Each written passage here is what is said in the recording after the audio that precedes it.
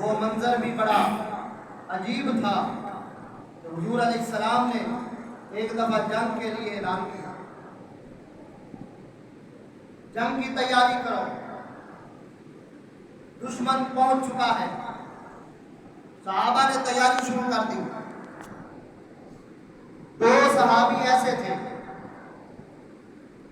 جن کی عمر 14 سال سے بھی کم ہے۔ اس سے اندازہ لگائیں کہ صحابہ کے جذبات کیسے ہیں۔ 14 سال کے ہمارے بچے ہوں تو وہ کیا کرتے ہیں، ان کی زندگی کیسے گزر رہی ہے اور صحابہ کی کیسے گزر رہی ہے۔ 14 سال سے کم عمر، حضور نے اعلان کیا، وہ بھی آ گئے، صفیں بن گئے۔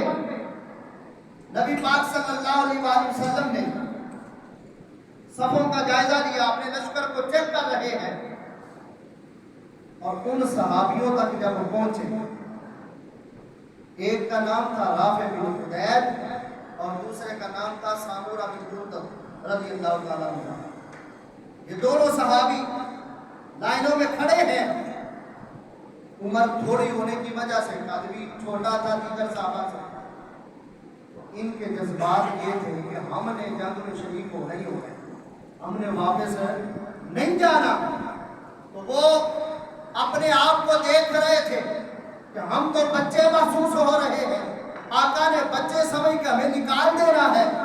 تو وہ اس طرح کھڑے ہو رہے تھے کہ اپنی ایڑیاں انہوں نے پیچھے سے اٹھا لی ہیں، پاؤں کے اگلے حصے پر زور ڈال کر کھڑے ہوئے ہیں کہ ہم کچھ اونچے اونچے دکھائی دیں، آقا ہمیں چھوٹے سمجھ کے نکال نہ دے۔ 14 سال سے کم عمر ہے اور جذبہ ایسا ہے۔ صحابہ کرام اس طرح جذبہ لے کر جنگ کے میدان میں پہنچ چکے ہیں اور اپنے آپ کو جنگ میں شریک کرنے کے لیے اتنے جتن کر رہے ہیں۔ ذرا انصاف سے بتائیے گا، جان دینے کے لیے بھی کبھی کوئی اتنے جتن کرتا ہے؟ جتن تو بچانے کے لیے کیے جاتے ہیں، لیکن صحابہ کا عشق کیسا تھا، وہ جتن کر رہے ہیں جان دینے کے لیے کہ جب جنگ میں شریک ہو گئے، سامنے دشمن ہے، میدان میں نکلیں گے، شہید شہادت بھی تو ہو سکتی ہے، جان جا بھی تو سکتی ہے، وہ جان دینے کے لیے یہ جتن کر رہے ہیں۔ پاؤں کے اگلے حصے پر کھڑے ہو کر اونچا اونچا کر رہے ہیں، تو کتنا اونچا ہو جاتے ہیں، 1-2 انچ کا فرق پڑتا، لیکن بڑوں کے برابر پھر بھی نہیں ہو رہے تھے۔ حضور چلتے چلتے ان کے پاس پہنچے اور انہیں نکال لیا۔ سامورہ، رافع نکل آؤ، تم چھوٹے ہو، تم جنگ میں نہیں جا سکتے۔ اب وہ رونا شروع ہو گئے اور اب انہوں نے کوئی سفارش تلاش کی، کس کو کہا جائے جو آقا کو عرض کرے کہ لے جائے۔ حضرت ابوبکر صدیق پہ نظر پڑے، جا کے عرض کیا، انہوں نے کہا نہ، جب آقا نے نہ کہہ دی ہے تو پھر نہ ہی۔ حضرت ابوبکر صدیق کی زندگی بھی یہ ہے، ساری زندگی دیکھیے، آقا کی ہاں میں ہاں ہے، آقا کی نہ میں نہ ہے۔ آقا نے فرما دیا بات ٹھیک ہے، نہ ہے، تم نہیں جاؤ۔ کرتے کرتے حضرت مولا علی کے پاس آ گئے، جہاں مشکل حل ہو رہی تھی، مشکل کشا کے پاس آ گئے، مولا علی کے پاس آئے، آگے کہا آپ سفارش کیجیے۔ انہوں نے کہا کہ میں تو نہیں جاتا، لیکن حل بتاتا ہوں، تم جاؤ دوبارہ آقا کے پاس اور دور سے جا کے کوئی تمہارے اندر کوئی مہارت یا ہے خوبی وہ بتاؤ آقا کو، تو ہو سکتا ہے منظوری ہو جائے۔